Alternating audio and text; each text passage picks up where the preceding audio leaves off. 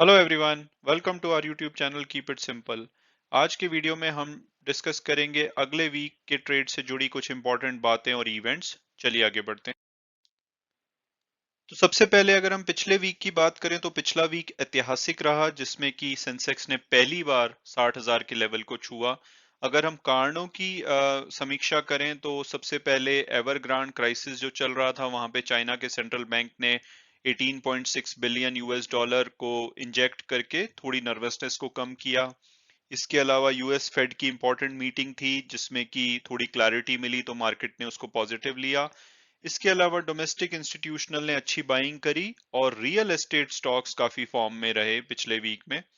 और अगर हम ओवरऑल सेक्टर स्पेसिफिक देखें तो आईटी, कैपिटल गुड्स, एनर्जी और कुछ ऑटो स्टॉक्स ने भी अच्छा किया। और अगर हम निफ्टी 50 की बात करें तो ये 1.52% पिछले वीक में बढ़ा और 17,853 के लेवल पे क्लोज हुआ। और अगर हम 5 वीक के गेन को देखें तो निफ्टी 50 ने 8.5% का गेन पिछले 5 वीक में दिखाया है जो कि अमेजिंग है। और पिछले वीक में ब्रॉडर मार्केट थोड़ा सा मैच नहीं कर पाई निफ्टी 50 को या लार्ज कैप्स को। तो जो मिड कैप इंडेक्स है उसने 0.59% की वृद्धि दिखाई और स्मॉल कैप सिर्फ 0.06% ही बढ़ा। चलिए आगे बढ़ते हैं। अब अगर हम बात करें नेक्स्ट वीक की तो कोई बहुत ही ज्यादा इंपॉर्टेंट इवेंट नहीं है। तो सितंबर की जो मंथली एक्सपायरी रहेगी फ्यूचर एंड ऑप्शन कॉन्ट्रैक्ट्स की, वो एक इम्पॉर्टेंट फैक्टर होगा। इसके अलावा अगर हम कोरोना वायरस और वैक्सीनेशन देखें तो इंडिया में लकीली 35,000 से केसेस कम आ रहे हैं। जो वैक्सीनेशन का पेस है वो बहुत ही अच्छा चल रहा है। अगर देखा जाए तो चिंता की बात महाराष्ट्र, तमिलनाडु, मिजोरम, आंध्र प्रदेश में अभी भी बनी हुई है, केरला में भी। लेकिन 46% भारत की पॉपुलेशन वैक्सीनेट हो चुकी है फर्स्ट डोज से और 16% फुल्ली वैक्सीनेट हो चुकी है। तो यहाँ पे अच्छी मूवमेंट दिख रही है। इसके अलावा नेक्स्ट वीक में मल्टीप्लेक्स शेयर्स में आप कुछ मूव देख सकते हैं क्योंकि महाराष्ट्र गवर्नमेंट ने 22 अक्टूबर से उनको ओपन करने का फैसला किया है। तो पीवीआर और आइनॉक्स लेजर आपके रडार पे रह सकते हैं। इसके अलावा लास्ट वीक रियल्टी सेक्टर ने बहुत ही अच्छी रैली दिखाई तो वो इस वीक में भी हो सकता है कंटिन्यू रहे।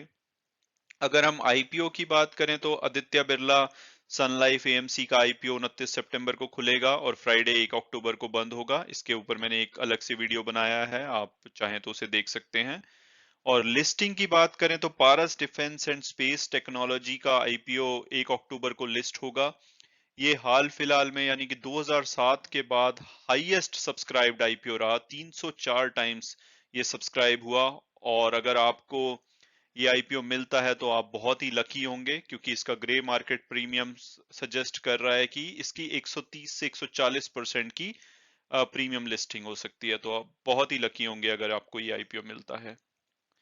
और अगर हम नेक्स्ट वीक में और इवेंट्स की बात करें तो ऑटो सेल्स के नंबर आएंगे जो कि बहुत ही क्रिटिकल हो सकते हैं। हालांकि ये फ्राइडे से आने शुरू होंगे तो फ्राइडे को कुछ यहाँ पे एक्शन देखा जा सकता है क्योंकि अभी पीछे सेमीकंडक्टर की शॉर्टेज की वजह से यहाँ पर कुछ नंबर्स कम आने की उम्मीद है। और हालांकि इन नंबर से ये भी पता लगेगा कि आगे की डायरेक्शन कैसे रहेगी।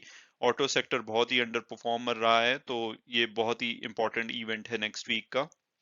इसके अलावा अगर हम फॉरेन इंस्टीट्यूट्स और डोमेस्टिक इंस्टीट्यूट्स की बात करें तो फॉरेन इंस्टीट्यूट्स ने पिछले हफ्ते फ्लैट काइंड ऑफ 8.38 करोड़ की नेट सेल की। लेकिन उनकी ओवरऑल मंथली अगर देखा जाए तो नेट बाइंग है अभी तक 7,137 करोड़ की। वहीं डोमेस्टिक इंस्टीट्यूट्स ने बहुत ही अच्छी बाइंग करी पिछले वीक में 3,048 करोड़ की। और इसके बाद ये नेट बायर बन गए, मंथली बेसिस पे भी 1,030 करोड़ की इनकी नेट बाइंग है। अगर हम टेक्निकल व्यू को देखें तो इंपॉर्टेंट सपोर्ट लेवल 17,600 है और रेजिस्टेंस 18,000 पे है। तो 17,600 से 18,000 के बीच में रह सकता है जिसमें कि स्ट्रांगली 17,600 को टेक्निकल एनालिस्ट बोल रहे हैं कि बाय ऑन डिप्स की अपॉर्चुनिटी। और अगर हम फ्यूचर एंड ऑप्शन डेटा देखें तो वो भी जो ओपन इंटरेस्ट है उसके हिसाब से मार्केट 17,500 से 18,000 के लेवल पे ही रहना चाहिए। और अगर हम कोई और इम्पोर्टेंट इवेंट नेक्स्ट वीक है तो उसके लिए एवरग्रांड अगेन सुर्खियों में रह सकता है क्योंकि एक और इनकी इंटरेस्ट पेमेंट ड्यू है बॉन्ड की वेंसडे को। तो देखना होगा कि वहां पे ये ठीक से कर पाते हैं या दोबारा से कोई इनको डिफॉल्ट का क्राइसिस आता है। तो ये एक इम्पोर्टेंट इवेंट रहेगा। तो ये एक छोटा सा वीडियो था आपको ये बताने के लिए कि अगले वीक की इंपॉर्टेंट बातें क्या होगी। अगर आपको वीडियो पसंद आया हो तो चैनल सब्सक्राइब कीजिए and thanks so much again for watching and God bless you all.